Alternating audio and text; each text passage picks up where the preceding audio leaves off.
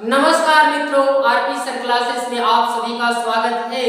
आज एलसीएम और एचसीएफ से पार्ट नंबर 9 लेकर आए हैं। उस पार्ट का नाम है अनुपात पर आधारित प्रश्न होगा। आइए पहले क्वेश्चन पे हम चर्चा करते हैं कि पहला क्वेश्चन क्या है। आपको स्क्रीन पे दिखाई दे रहा होगा। दो संख्याएं 3 संबंधित 4 के अनुपात में है तथा उनका मस्क 4 है, उनका लसाअ होगा।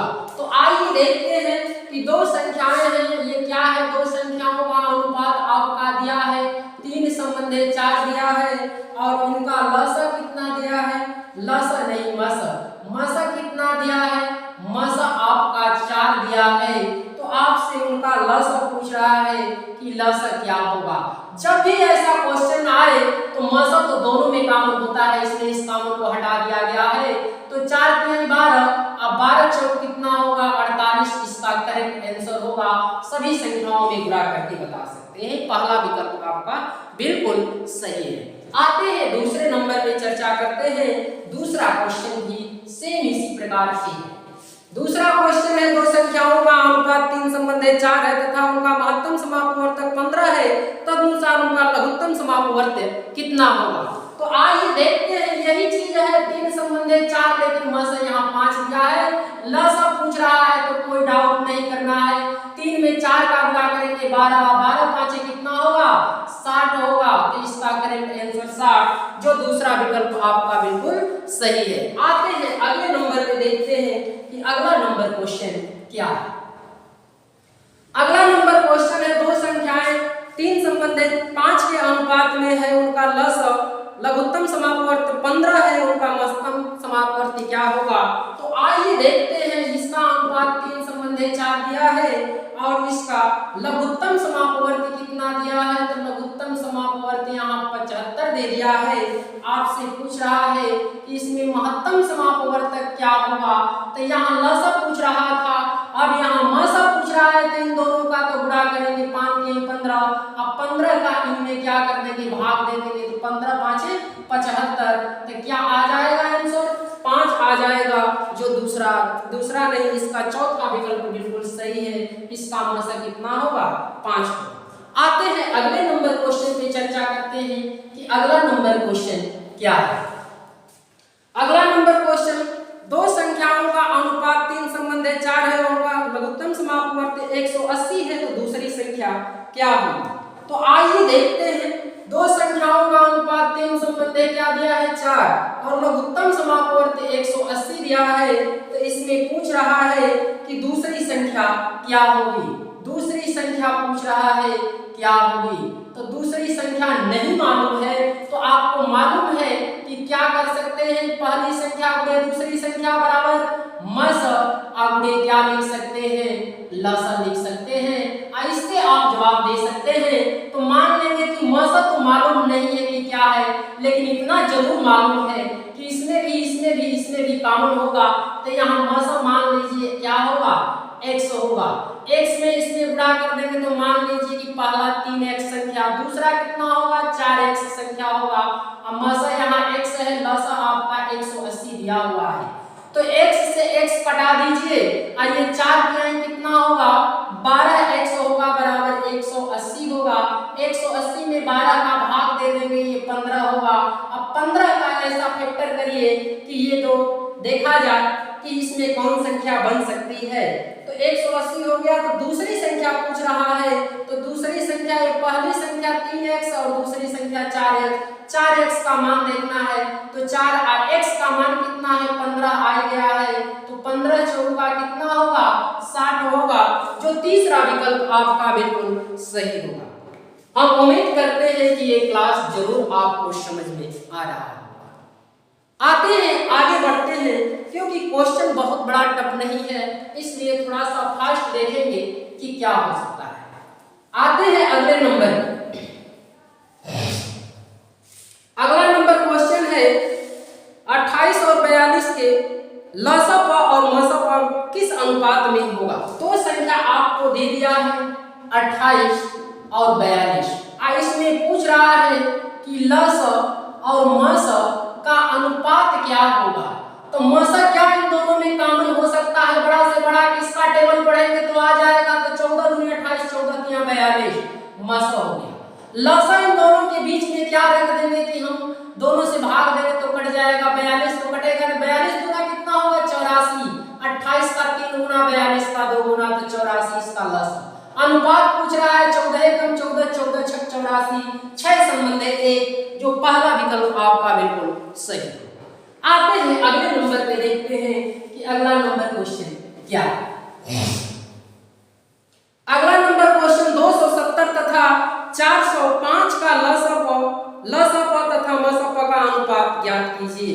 आइए सेम क्वेश्चन आ गया, दो संख्या दे दिया, 270 दिया है और 405 दिया है।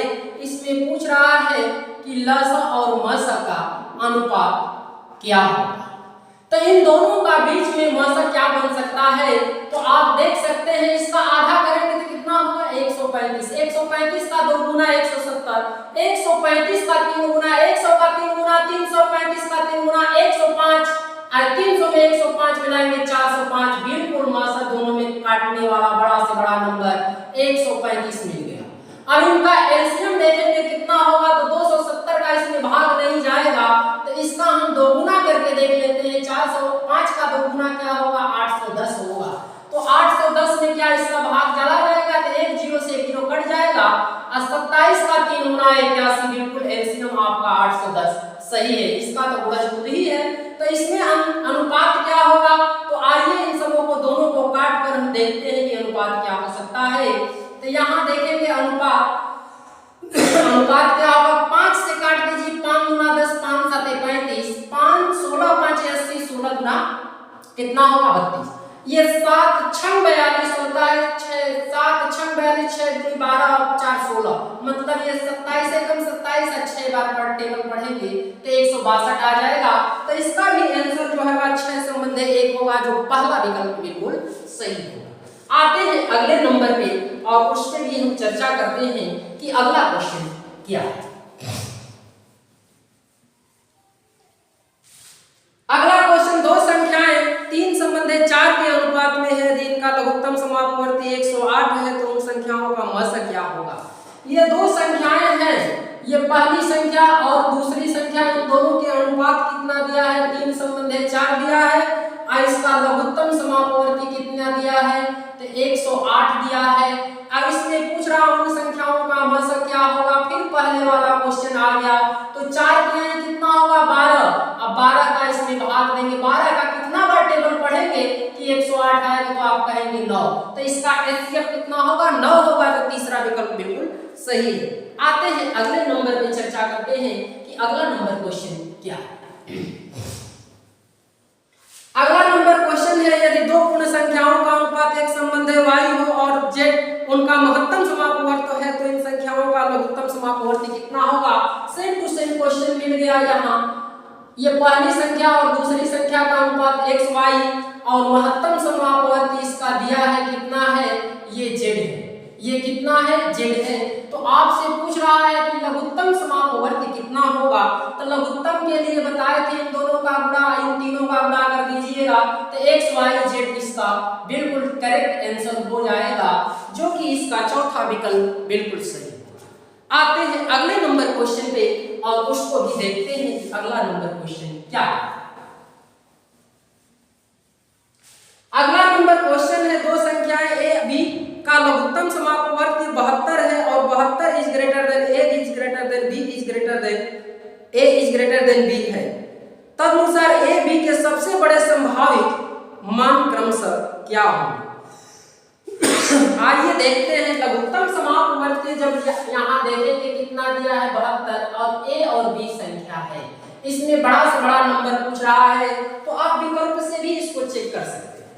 विकल्प में ये 36 है, 24 है, दूसरा विकल्प 72 है और 48 है, 24 है, 18 है और 24 है और यहाँ 9 है। अब देखेंगे कि इन दोनों का एलसीएम कितना 72 तो आ जाएगा, तो विकल्प सही है। इन दोनों का एलसीएम क्या 72 आएगा, 72 जो है कि इससे कट जाएगा, लेकिन 48 से नहीं कट पाएगा, ये विकल्प सही नहीं होगा। इसको 24 या 72, 18 72 ये भी हो सकता है। अब इन दोनों में देखा जाए 24 या 72 और 9 वाटे 72, ये भी 3 विकल्प मिल गया। लेकिन संभावित आपसे पूछा है बड़े संभावित मान क्या होगा, बड़े से बड़ा क्या होगा। तो बड़े से बड़े यहाँ देखेंगे 24 है, या बड़ा क्या है यहाँ 36 है, यहाँ 18 है, ये 9 है, यहाँ 24 है। तो बड़ा से बड़ा एक ही मान जो ए वाला ऑप्शन बिल्कुल आपका सही होगा। ये दोनों ऑप्शन गलत हो जाएगा, जो कि आप देखेंगे पहला आंसर आपका सही होगा 36 और 24। आते हैं लास्ट नंबर क्वेश्चन पे, देखते हैं कि वो क्वेश्चन क्या कह रहा है।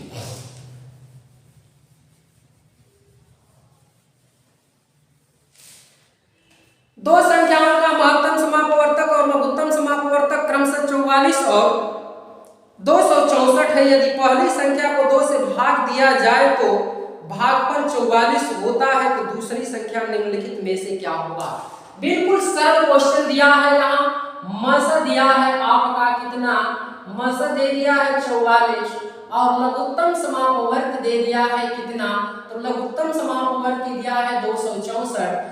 इसलिए पहली संख्या को बता रहा है कि 2 से भाग देते हैं। मान लीजिए पहली संख्या x है, इसमें अगर 2 से भाग देंगे तो 44 आता है। तो भाग का मतलब बटा में दो, यहाँ 1 मानेंगे तो इसका क्रॉस मल्टीप्लाई जब हो जाएगा तो आप समझ सकते हैं कि 2 का क्रॉस मल्टीप्लाई होगा तो 44 गुना कितना होगा 88 हो जाएगा। आपको फार्मूला याद है कि पहली संख्या गुणे दूसरी संख्या बराबर मस गुणे क्या होता है, लसा होता है। अब इसमें मस गुणे तो पहली संख्या 88 मिल गई, अब गुणे दूसरी संख्या मस 44 है, अब गुणे 264 क्या है, लसा है। 44 का 2 गुना 88, 2 से इसको अगर हम काटेंगे तो 132, जो दूसरा संख्या कितना होगी 132, जो कि इसका तीसरा विकल्प बिल्कुल सही है। इसी के साथ मेरा ये आज का क्लास समाप्त होता है। एलसीएम और एचसीएफ से हर एक टॉपिक हम पढ़ा दिए। आपको वीडियो अगर अच्छा लगा हो तो हम उम्मीद करते हैं जरूर हमारा ये क्लास लाइक सब्सक्राइब करने का प्रयास करेंगे। धन्यवाद।